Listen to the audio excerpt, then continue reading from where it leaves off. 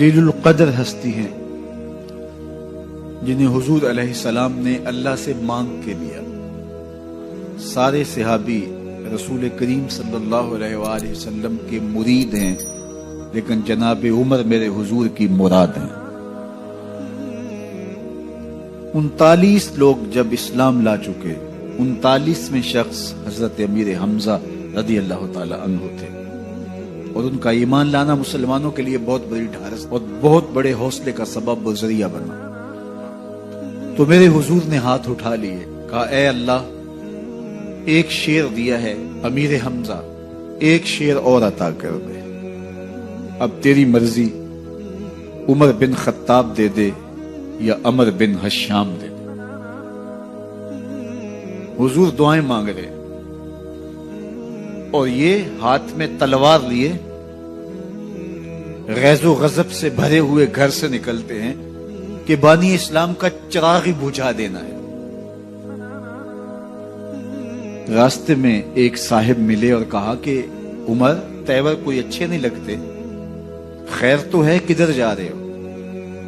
کہا چراغ اسلام بجھانے جا رہا ہوں، یہ روز کا مسئلہ ختم ہونے لگا ہے میرے ہاتھوں۔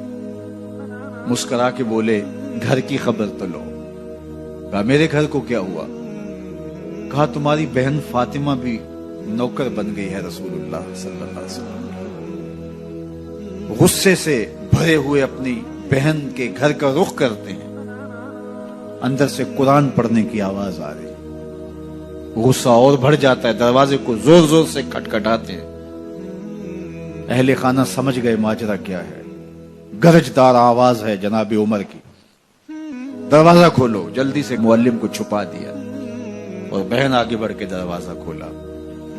کہا تم سابی ہو گئے ہو، دین چھوڑ دیا تم نے، بتوں کی وفا ترک کر دی اور بے تحاشا مارنا شروع کیا۔ بہن کا سر پھٹ جاتا ہے، خون بہنے لگتا ہے اور یہ مارتے چلے جاتے ہیں۔ فاطمہ بنت خطاب بولی عمر، تم خطاب کے بیٹے ہو، سنو میں بھی خطاب کی بیٹی ہوں، جو ظلم جو جبر کرنا ہے کرو، میں محمد عربی کا دامن نہیں چھوڑوں گی۔ سوچنے پہ مجبور ہو جاتے ہیں وہ کون سی طاقت ہے جس نے بجلیاں بھر دی اس کے اندر۔ کہا جو تم پڑھ رہے تھے مجھے بھی سنا سکتے ہو؟ کہا تمہیں غسل کرنا ہوگا۔ عمر اپنے بدن کو دھو رہے ہیں، میرا رب دل دھو رہا ہے۔ اتنے میں معلم بھی قرآن لے کر آ جاتے ہیں اور قرآن کی تلاوت ہونے لگتی ہے۔ طٰہٰ ما انزلنا علیک القرآن لتشقیٰ، 14ویں رات کے محبوب چاند، ہم نے قرآن اس لیے نازل تو نہیں کیا تھا کہ تم مشقت میں پڑ جاؤ۔ بے تاب ہو گئے، کہا عمر کی عمر برباد ہو گئی، مجھے لے چلو حضور کی چوکھٹ پہ۔ تلوار حمائل کی ہے، بہنوئی ساتھ ہیں، اور حضور کی بارگاہ میں حاضر ہو رہے۔ دروازے کے سوراخوں سے دیکھا تو صحابہ تشویش کا اظہار کرنے لگے کہ عمر آ رہا ہے، تلوار حمائل کی ہے، ارادے اچھے نہیں لگتے۔ جناب امیر حمزہ نے کہا دروازہ کھول دو، اچھی نیت سے آیا تو استقبال کریں گے، نیت اچھی نہیں ہے تو اس کی تلوار سے اس کی گردن کاٹ دیں گے۔ حضور کے سامنے جا کے بیٹھ گئے، گلے میں کپڑا ڈالا تو حضور نے پکڑ کے کہا عمر، ابھی وقت نہیں آیا کہ تم اسلام لے آؤ؟ یہی وقت تھا عمر کے اسلام لانے کا۔ لبوں پہ کلمہ جاری ہو گیا، اللہ اکبر کی صدا اس زور سے گونجی کہ مکے کی گلیاں گونجنے لگی۔ اسلام لانے کے بعد حضور سے پوچھتے ہیں حضور کیا ہم حق پر نہیں ہیں؟ فرمایا ہم حق پر ہیں۔ اللہ کا دین سچا نہیں ہے؟ کہا اللہ کا دین سچا ہے۔ آپ اللہ کے سچے نبی نہیں ہیں؟